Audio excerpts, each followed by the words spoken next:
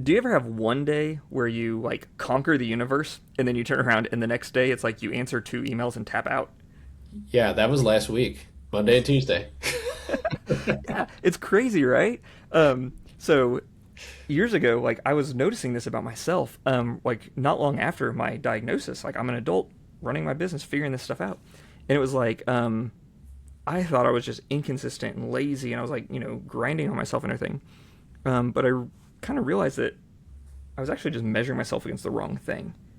But I didn't know what the right thing was. Like I just felt like, this measurement, this judgment scale wasn't right for me. It's like that doesn't apply, but I didn't know what to work with.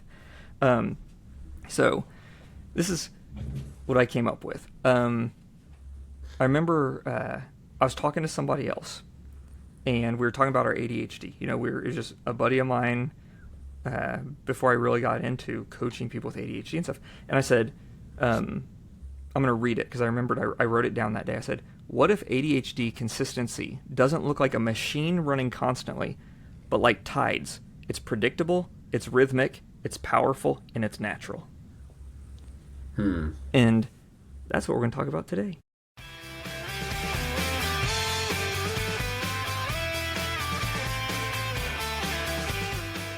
Hey, welcome to the Doing Business with ADHD podcast. Have you ever noticed how getting work feels personal, doing work feels overwhelming, getting paid feels awkward, and building wealth feels impossible? It's not because you're bad at business. It's because your business wasn't built for ADHD. Let's change the rules.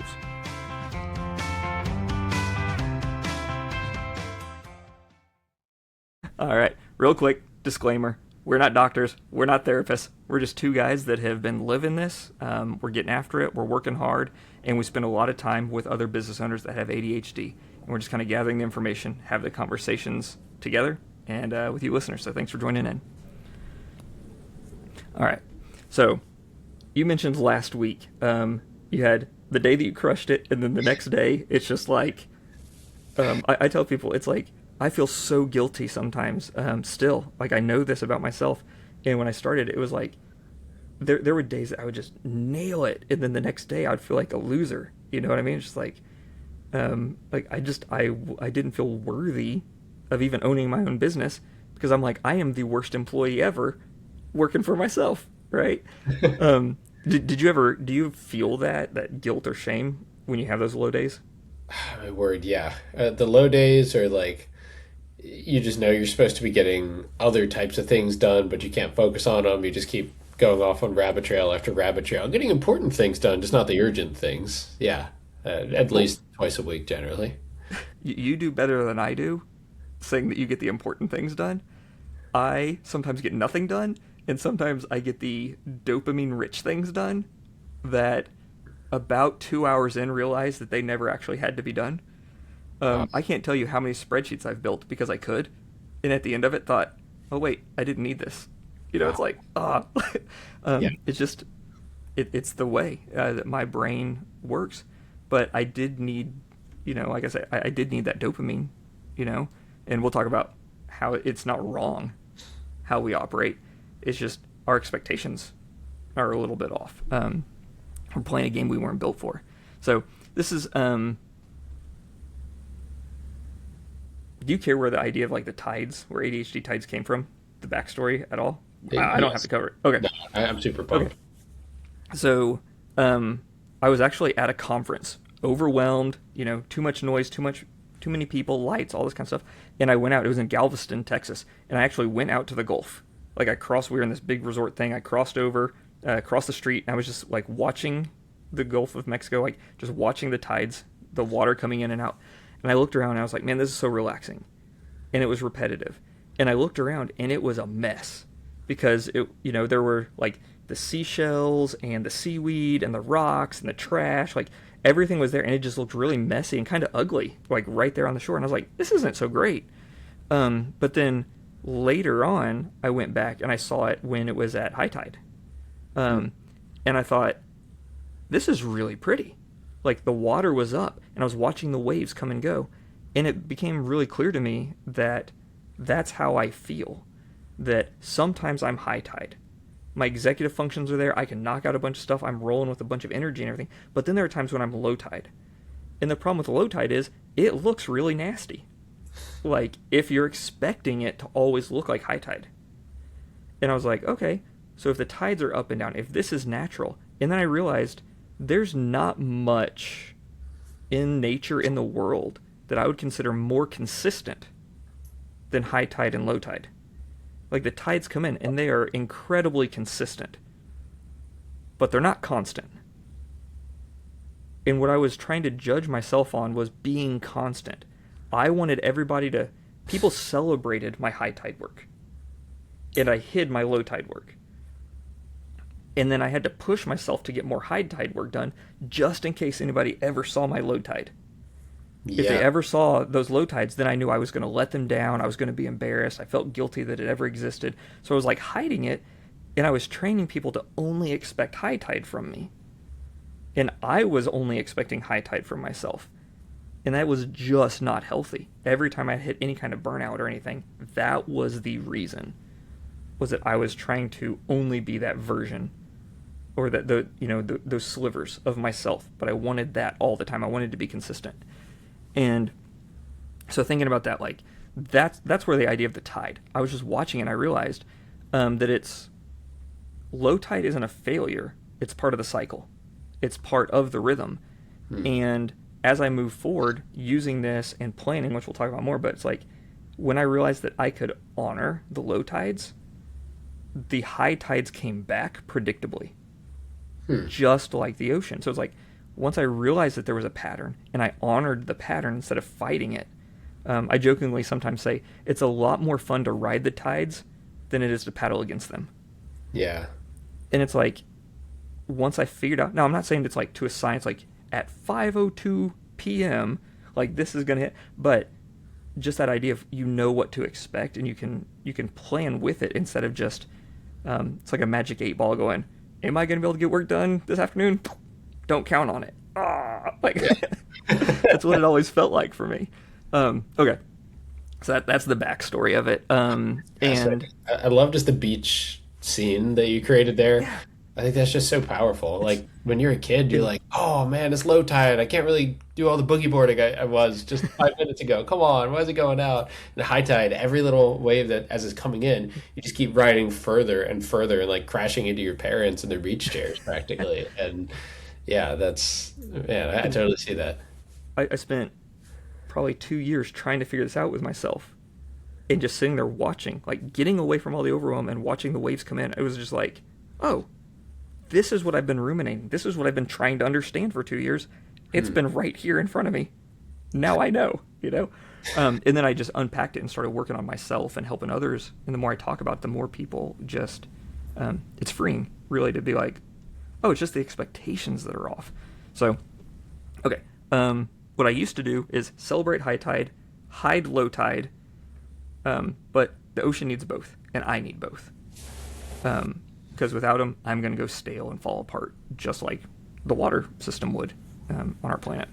So, the next thing is I had to learn that low tide isn't an interruption. So I'm actually better. I do better work when I protect my low tides, because those are the ones that I can't muster. Like, I can't just get more out of the low tides.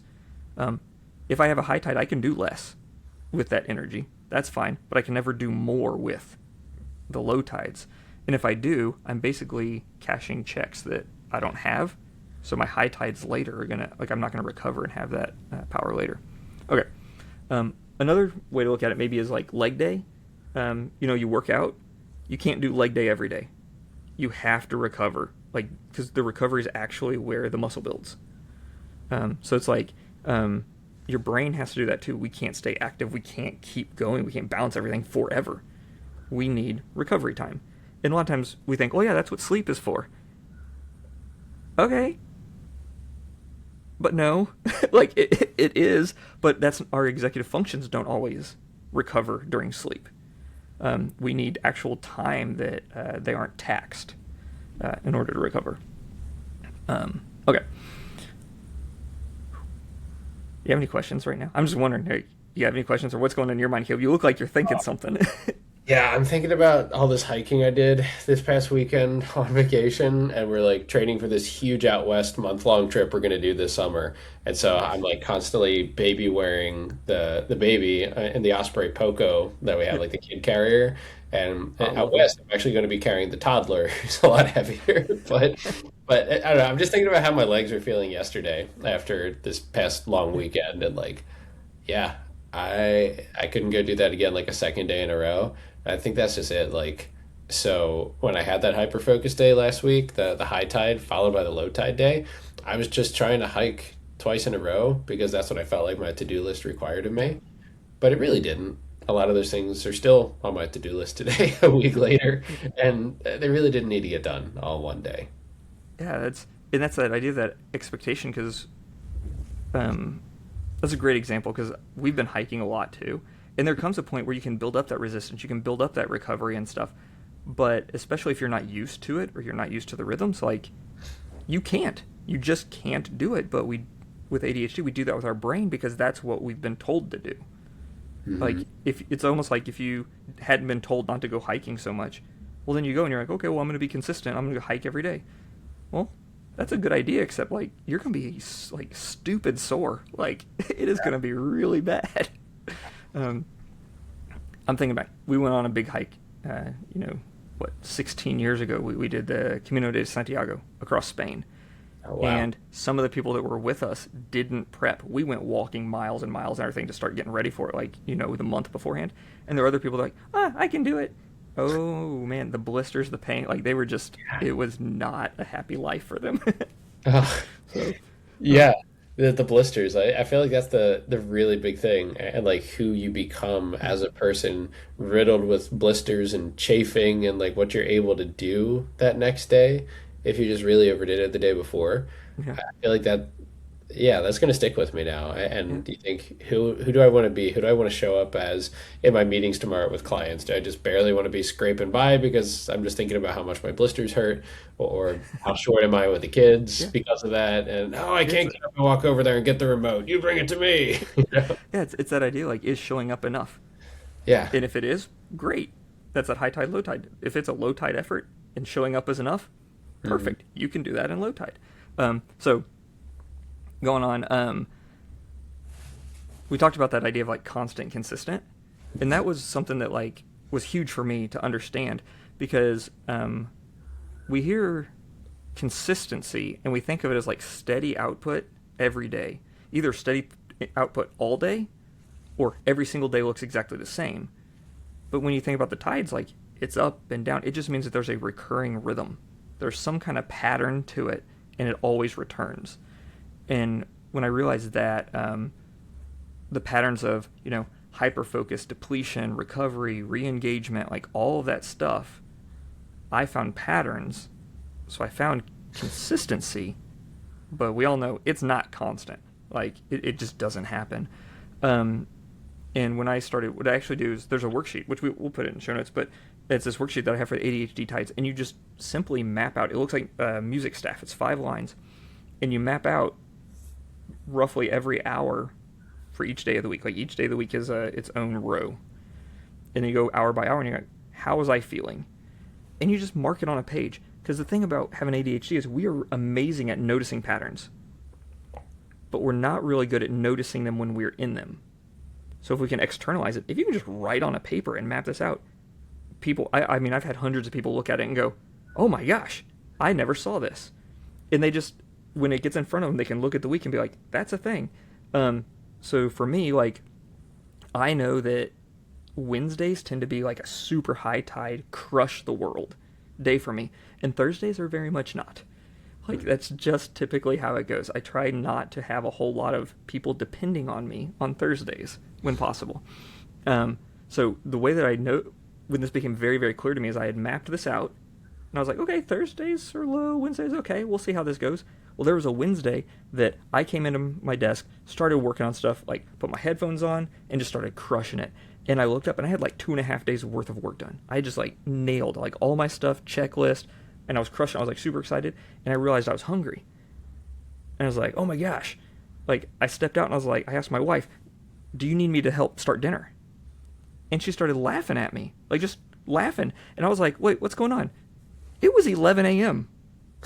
Like, I had worked for 2 hours and done over 2 days worth of work. But because I got a bunch done, I assumed I was letting other people down.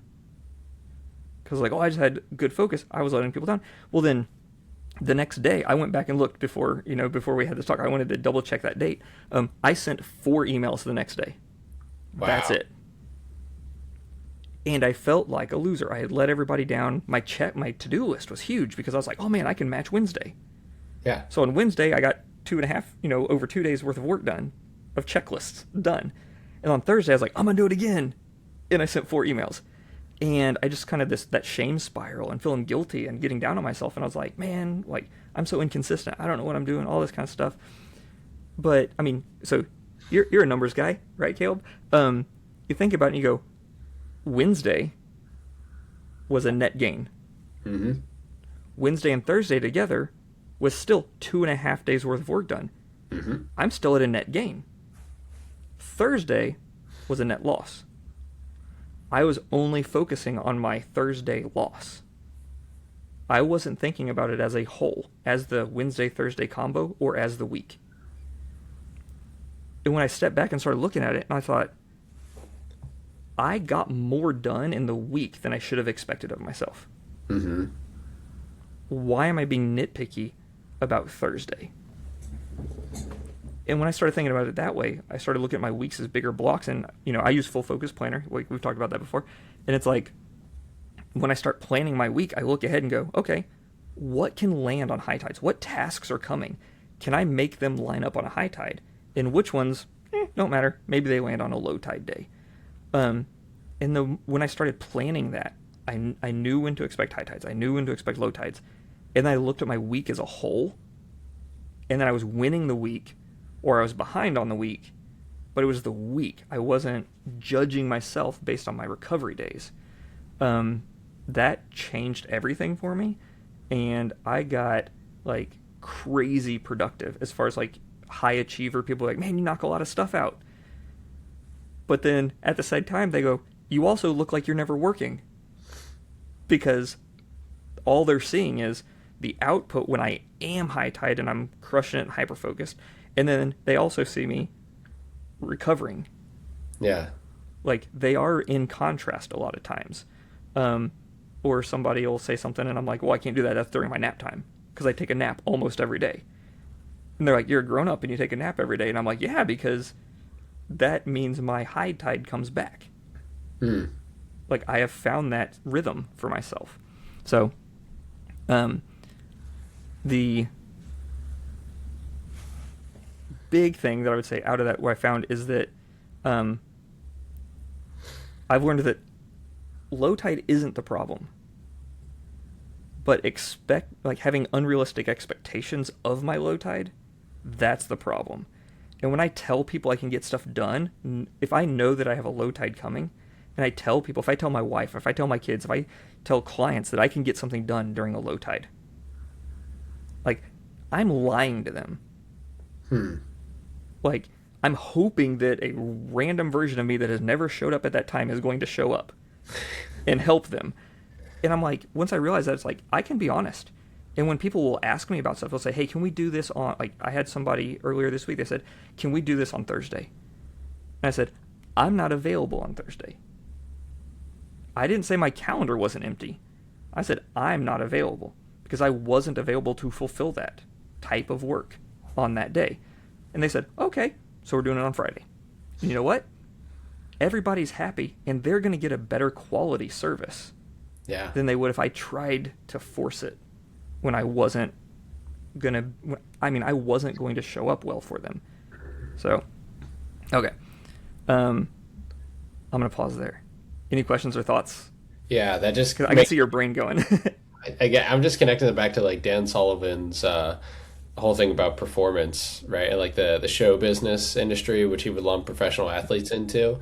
Like, you get your rest days and you get your performance days, and nobody faults them for taking their rest days. I always used to laugh about that at college back in the day. Like I'm not a sports guy by any stretch, so I literally know nothing about sports. But I was a security officer, and as I'd walk around locking up doors, there'd always be some like random athletes in these huge bathtubs full of ice inside of like Yep. the gym and the locker rooms. I think I kind of know what's going on with like muscle recovery and stuff, but just like what's this bro doing naked in a bathtub covered in ice cube? I think he's naked. I don't want to know.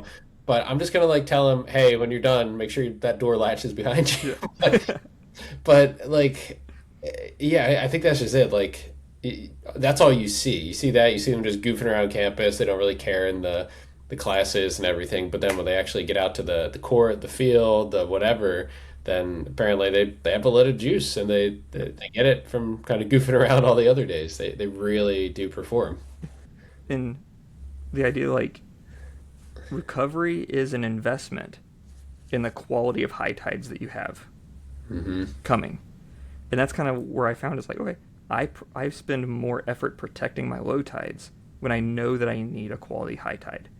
And that goes even for if I have to travel for stuff, I tend to get in the day before because I the noise of an airplane wears me out. All the overwhelm that happens, it's like, so if I'm going to be in the next morning or whatever, it's like, okay, I need to land. I need to have a quiet space, noise canceling headphones, something, stare at water. I don't know. I need to go to a place and decompress and recover because I can't run a full day workshop immediately after just being bombarded on an airplane for a trip. So it's like, that just doesn't work. And even if it's like a late night, I do not like to fly late, get in late in the evening, go to bed. Like, I have to have a little bit of recovery. Finding that out about myself, you go, I mean, sometimes I will if I need to. But if I can, I go, this is the best scenario. And what I offer people is the best scenario. It's like, if I'm not available for something, I'm not available. If I am available, then I can offer that. But if I don't know myself, it's not anybody else's job to protect me or to make sure that I show up well. But if I know my tides, if I map them, and then I plan accordingly, which tasks. And some of the things I would say is like, what kind of tasks? So before I go to tasks, we're going to talk about predicting tides a little bit more. I told you about the sheet music. And when you look at it, it's like, for me, the times I normally eat, like right before that, are where I actually can tend to have like I have spikes before eating time. So I've just decided when I'm hungry, I'm more effective. I'm actually hyper focused, kind of at the times my body's naturally hungry. But if I eat, I'm worthless. Like it's like I eat and then just like, bleh. So Yeah. lunch meetings are rough for me because it's like, how about if we have the meeting and then I catch up eating afterwards? um, but at the same time, it causes this really bad cycle of I'm hungry, I hyper focus, I get stuck into something, now I'm hangry and I can't recover. Hmm. And then you see now it's like, oh, I just broke, like I just made the system worse. I could get into that spiral very easily. So like snacking, high protein, shifting some of my eating a little bit earlier helps out to where it's like if I can eat and then I can have my little bit of low tide and then come back up at that, for that high tide, like that is what works best for me. And a lot of times my nap, it's like I will eat, and if I take medicine and then take a nap, when I say nap, a lot of times they're only like 10 to 20 minutes. It's just basically a reboot. I will wake up and be basically sprinting into like an upward motion in tide. Like I'll be coming into like a high tide or a mid tide. But just having that sleep after eating resets me. Sometimes it's a little exercise, go for a walk. Sometimes I just jump up and down, do jump squats, get like a little dopamine fix. It's just like, okay, I need to get out of this. Like, and if I know that I have a high tide, like if I look at my pattern, it's like, okay, there's a high tide coming. I can kind of exercise, I can do something and kind of, okay, yeah, this is the direction I'm headed in. Instead of in low tide, sometimes it's kind of like, I'll just watch the next 17 episodes on Amazon. It's like, I'll just keep stuck where I am now. So figuring out those tides and then being able to look at them. And for most guys, I've noticed, if we map out a week, it's basically that same week on repeat. week after week after week. It's the same. Now, for ladies, it's a little different. I found from talking to some of them, there tends to kind of be two. I mean, because of their biological cycle and stuff like that. It's like um, they kind of have two patterns of what they're dealing with because their hormones and everything's just a little bit different, a lot of it different, honestly. So the idea is like not every week's the same for them anyway. And then you add on top of it ADHD, and it's like, okay, so now it's higher contrast and not the same. And I'm like, that is not something I would ever want to deal with. But I've had a lot of women come back to me and tell me that mapping, basically, to oversimplify it, it's kind of like use this map for 3 weeks out of the month, use this other one for the other week. And you go, okay, now at least you have something to expect.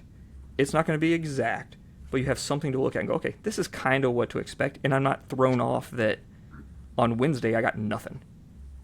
Like, Right. you're not surprised that there's a low tide that shows up. Like the waxing and the waning of the moon a Yeah. little bit for them and how Yes. that impacts their tide. Yeah. So, and that's something that, like I said, I don't know anything about, but I watch my family. Like, we plan our kids around this. And then even colleagues that I work with and people that have gone through this course, like, they've let me know. They've given me really good feedback about how this works for them. So, let's see. One more thing. What else? Okay. Okay, aligning work. Another thing I want to say is it's not just work like your business, like entrepreneurship work. There are other projects like in your life, like your kids, your family, your wife, church, volunteering, like whatever the projects, all the things that you're involved in, they also can land on high or low tides. Like, I don't know about you, Caleb, but do you ever have where like the kids go to bed and maybe your wife is like, okay, now we can settle down a little bit, and all of a sudden your brain is like, whoa, like it's just like ready to attack whatever project's in front of you or whatever. It's like you can't get out of a spreadsheet, or like there's something that you're like, oh, I know how to solve this problem, and it's like you have all this energy to like go tackle something. Yeah, only ever for like work stuff. That's when, if you were to ask Claude, if you were to ask him, like, when does Caleb query you the most? It'd probably be immediately after the kids go to bed. Half the time it's a distraction, not a distraction, a procrastination against doing the dishes that I really don't want to do. But the other half of the time is definitely that, like, oh, I have all these ideas now. I don't have energy to go do any house projects. Heck no. But I do have energy to ask Claude what he thinks about this business idea for 3 years down the line. And that would be a thing where, for me, a lot of times I have moments like that in the evening where a low tide crashes right into a high tide. Like when it's a very quick shift between a low tide and high tide, my mind gets like roaring before my body catches up. So it's like my body's trying to slow down and my brain's like, all right, let's go. And it's like, what? No? What? But that idea of like, what I've had to do is there are certain high tides I have to protect. If I plan them, I have to protect a few high tides for my family.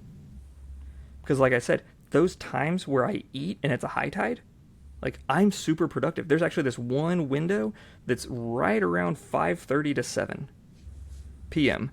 that I am super, super productive. But it's also dinner time to bedtime for our youngest.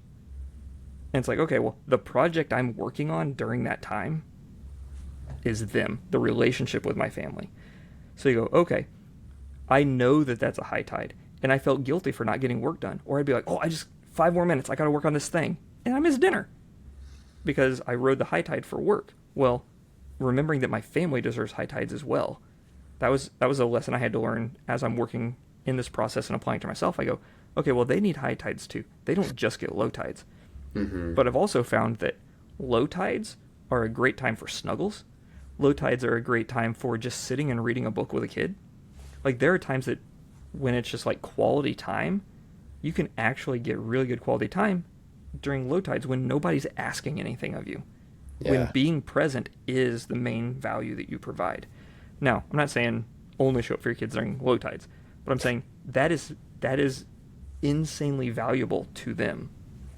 So you can show up well, knowing which tasks require. And then the way that you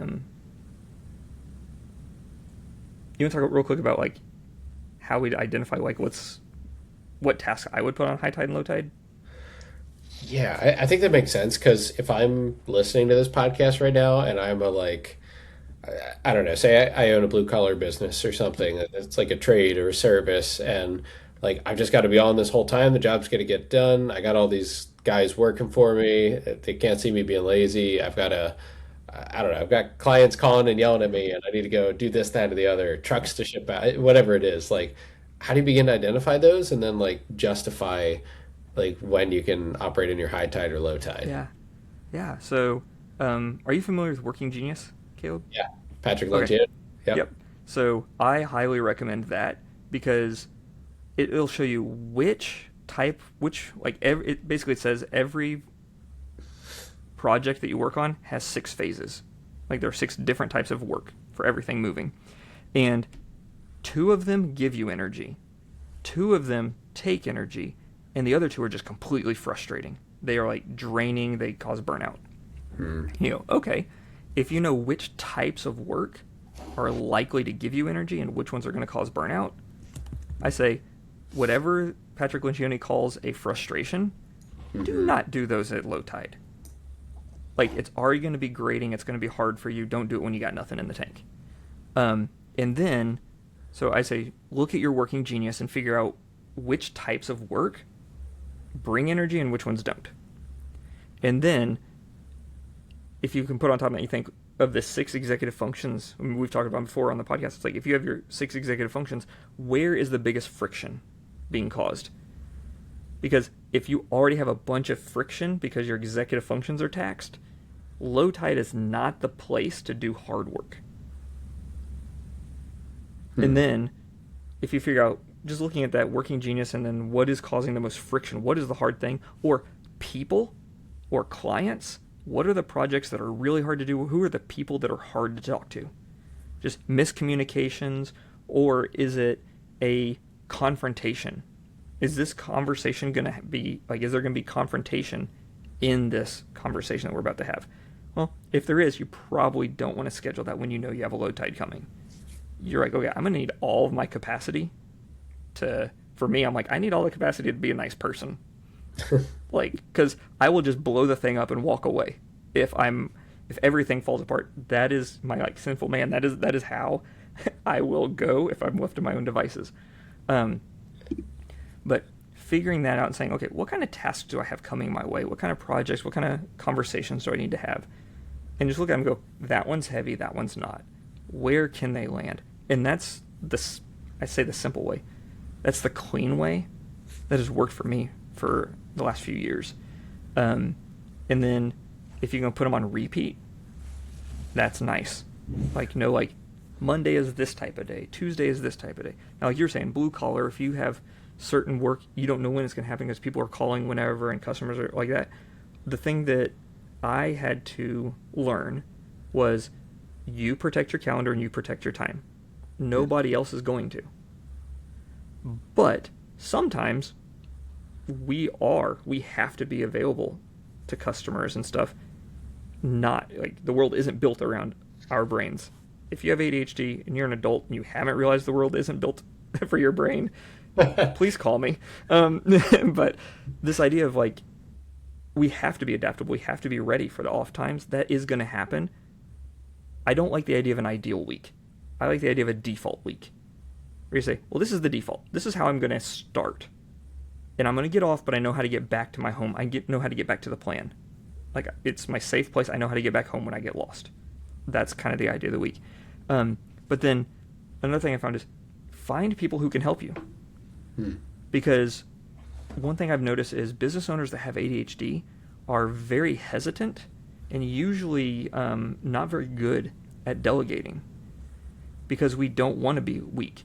Like you mentioned, Caleb, like, well, I need to work hard so that they see me working hard. Hmm. Like, says who? You're the boss. Like, that's not, like, how is that a thing? But there are times when it's like, I need to recover. And before we started recording, Caleb, you and I were talking about, like, conversations with my wife. And we actually use the terms high tide and low tide. And the fact that if something's going on, I'm like, hey, I'm low tide. Like, my wife knows, like, I can't carry that right now. I'm not quitting. I'm not bad. I'm not failing. I'm just, I'm letting her know, like, I could let you down. if you expect that of me right now, I might let you down. Mm-hmm. It, and we're having that conversation. But at the same time, delegating means somebody else can somebody else cover the phones for you for a while. If you know, say, Wednesday afternoon is a low tide for you, okay, great. What tasks can you go head down and focus on? And somebody else covers the phone for you. Like, can somebody else cover certain types of draining work so that you can recover just for a little bit, you know? It's that idea of like, you just step back for a little bit of a retreat, do what you can so that you can come charging back in, you know, Yeah. and tackle the work again. So that would kind of be my approach. So, a couple of questions. I want to make this real. I'm just going to call you right now, Caleb. We're going to do this. Boom. Is there a certain time of the week that you look at it and you go, it's a little bit lower tide, or just something you're just kind of like, this probably isn't my,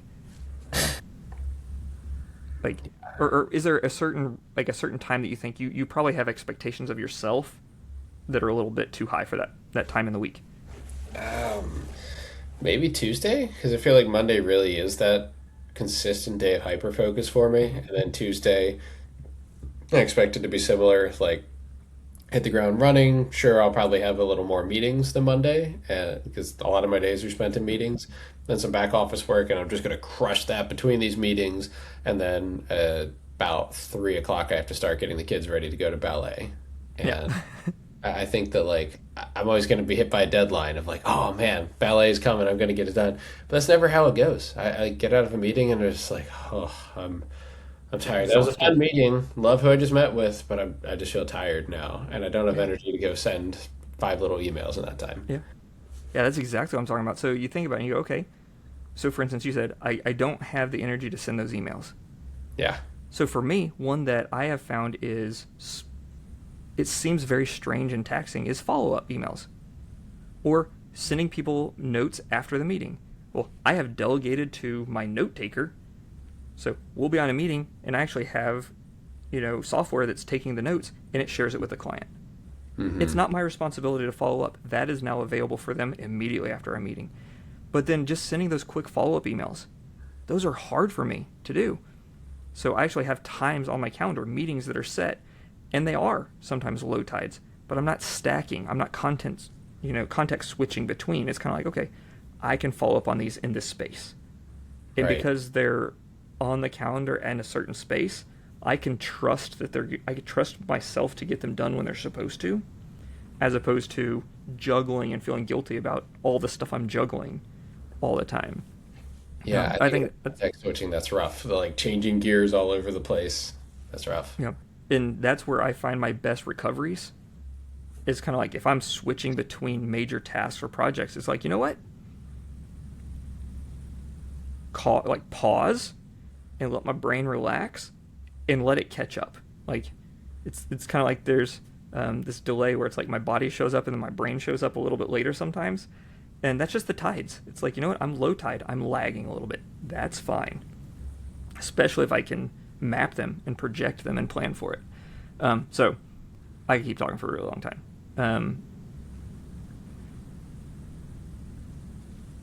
Here's a question I want to ask. You don't have to answer it necessarily, but it's just a question I want to ask. Like the readers, I ask myself this a lot. Readers, listeners, whatever, people, friends, everybody, y'all.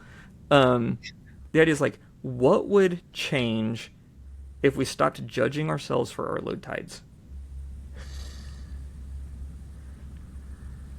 And I'll tell you, for me, it's like, what would change if I stopped judging myself for my low tides? Well, I would enjoy what I get to do a lot more. That was the answer that I came up with a couple years ago. And it's true. Because I don't have to feel guilty. Because I was judging myself. Nobody was actually expecting it. I was judging myself and holding myself back and carrying all the shame that wasn't mine. It wasn't even real. There was no reason for it to be there. I got a couple call to actions to close us out. Unless you have anything else you want to add, Caleb. Yeah, no, I'm still left trying to imagine the answer to your last question there.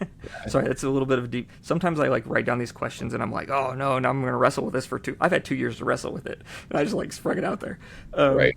So if you're listening to us, what I want, really just the quick call to action, the quick simple things are, think about, when do you naturally peak? Get the worksheet, just map out where are the high tides, where are the low tides. Maybe it's Tuesday morning, maybe it's, Wednesday afternoons you have a low tide. Just figure out, when do you peak and when are you low? Map that out, and then say, what tasks or which relationships, what is causing friction? Like recurring friction. Which ones are the heavier tasks? Which ones cost more to do? And then try to look at like those patterns and line them up. Put the heavier tasks where you're going to have high tide. Try to line up the lower tasks where you have low tide. And then just remember to protect recovery on the low tides. Find things that you can do that are relaxing, things that don't tax your brain. Because when your executive functions are constantly taxed, they have to recover. And you have to let them just sit. Sometimes it's just sitting. Sometimes it can be fun. It can be doing an activity. I know some people that are like, they do Sudoku for like part of their recovery time. And I'm like, that's brain work. But for them, it's a different kind of brain work. So it is relaxing for them. So anyway, that's what I got. The ocean doesn't apologize for the low tide. Right? So neither should we. Right. Just know that it's there. Use the low tide to get back to the high tide. All right, went a little bit long, but Oh, that's fun. Hopefully everybody listening here got a lot out of that, and I know I sure did. I have some children barging in on me at the door, actually. This was great timing. Everybody just got home. But yeah, definitely going to be thinking about it. What would life look like if we stopped judging ourselves for low tides? That's awesome. Well, to everybody listening, feel free to like, subscribe, and follow, and do all the things. And it has been a great time here, and we'll catch you next time.